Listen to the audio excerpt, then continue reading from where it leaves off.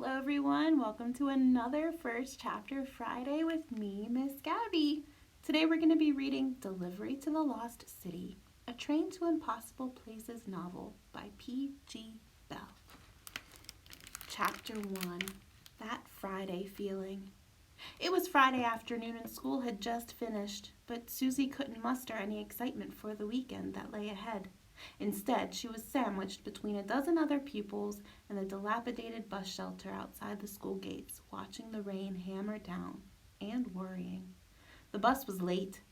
This wouldn't usually bother her, but today was different. Today was important, and she had to make sure she got home on time. So it should have been a relief to see her parents' car race into view around the corner, but Susie just let out a groan. "Oh no," she muttered. "Not this again." The car accelerated towards the shelter, then screeched to a stop at the last second, ejecting a wave of dirty water from the gutter. Susie just had time to shield her face with her backpack before the wave broke, drenching everyone in the shelter. There was a collective cry of shock and dismay from her schoolmates. The passenger side window wound down, and Susie peered through her dripping hair to see her mother at the wheel. She was a small, dark-skinned woman with a round face and red-tinted braids. She must have just finished her shift at the hospital, because she was still wearing her scrubs. "I'm sorry I'm late," she said. "Hurry up and get in."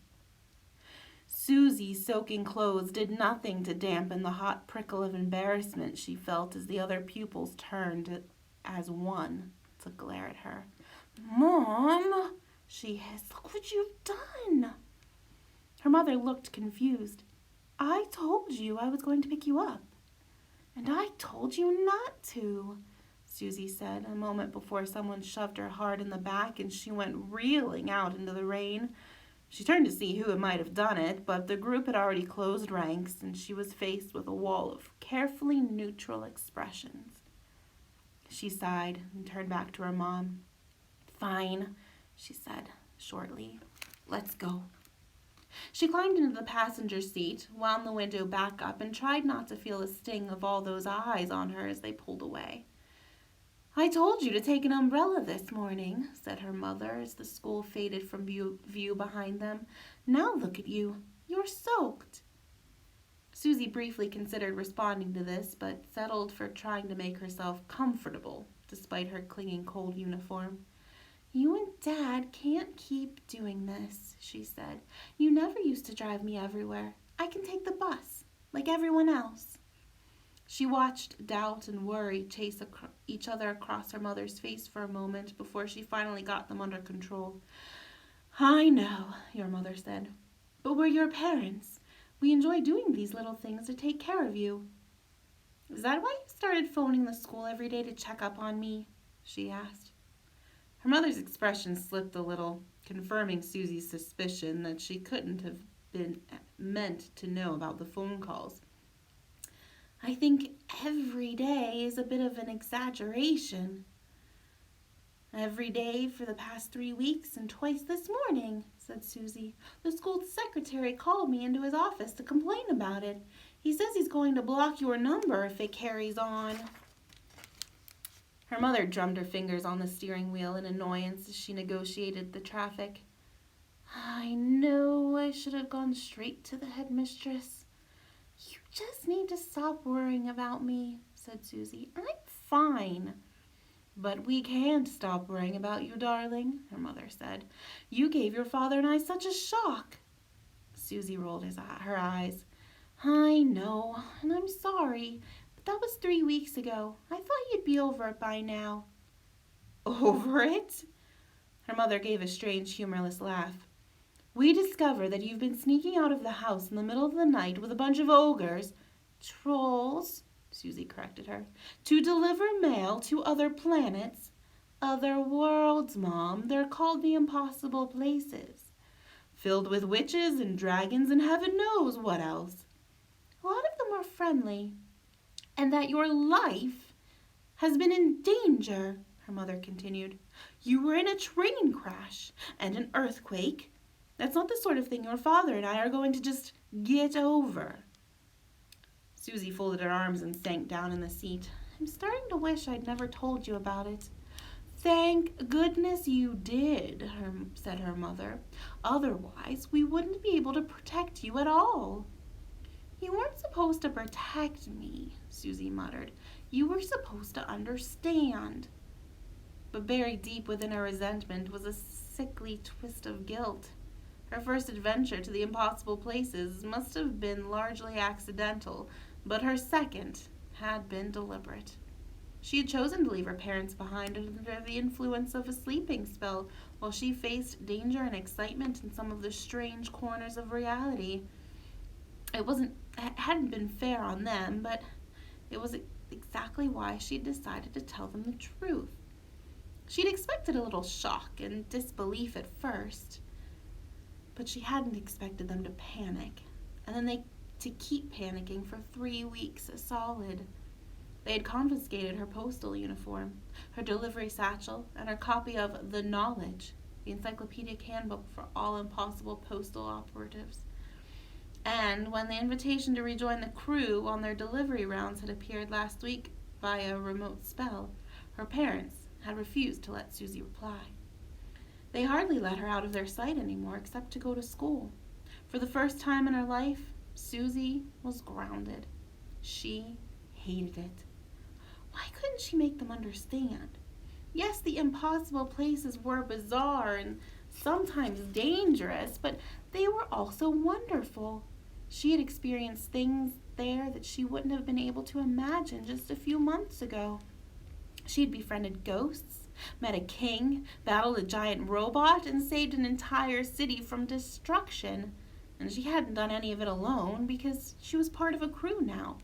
The crew of Impossible Postal Express, the fastest troll train in existence. She had saved their lives and they had saved hers several times over. They were her friends, and she missed them.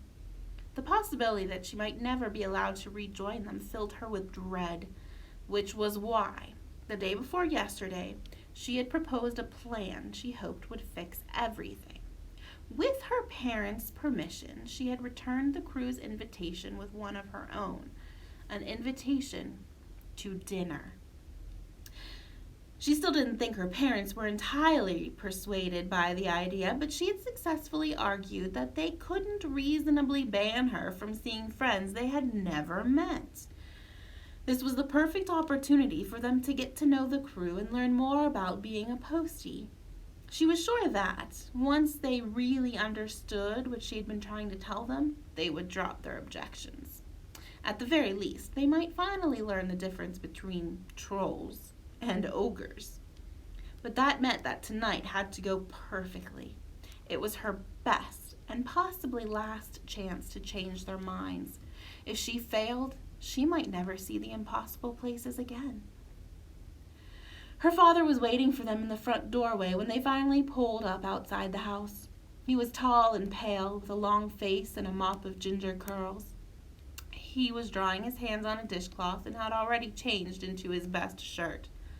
"What took you so long?" he said as Susie and her mother hurried out of the car. "They'll be here soon." "I know," said Susie's mother, planting a distracted little kiss on his cheek as she brushed past him. "I just need a shower and to get changed." She dropped her bag in the hall and pounded upstairs.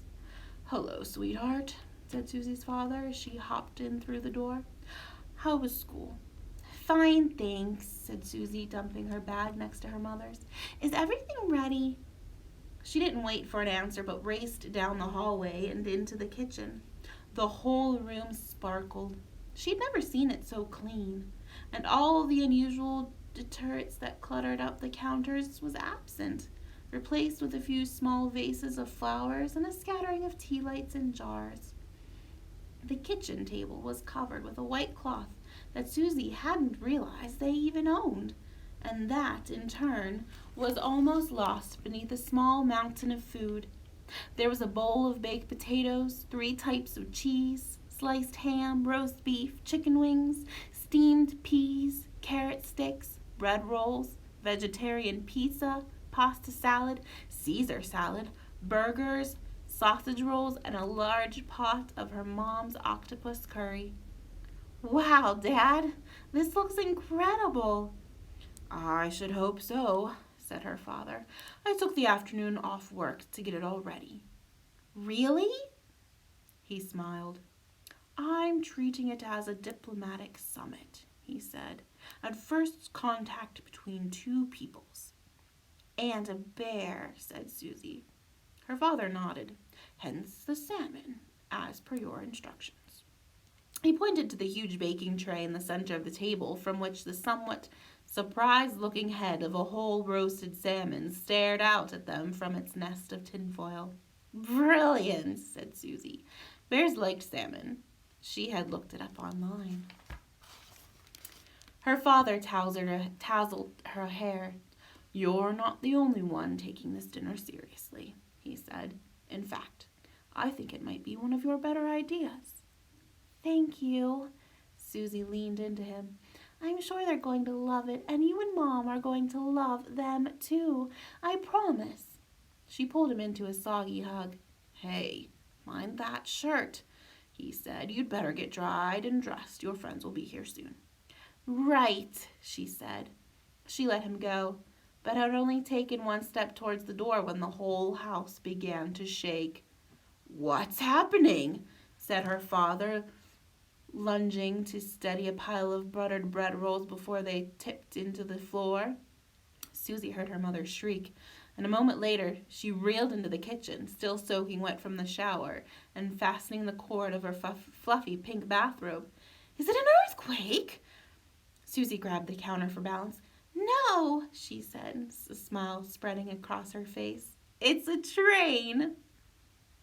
There was a tortured screech of brakes, and then the fridge door was blasted wide open, hurling a carton of milk, a half a dozen eggs across the room to decorate the opposite wall.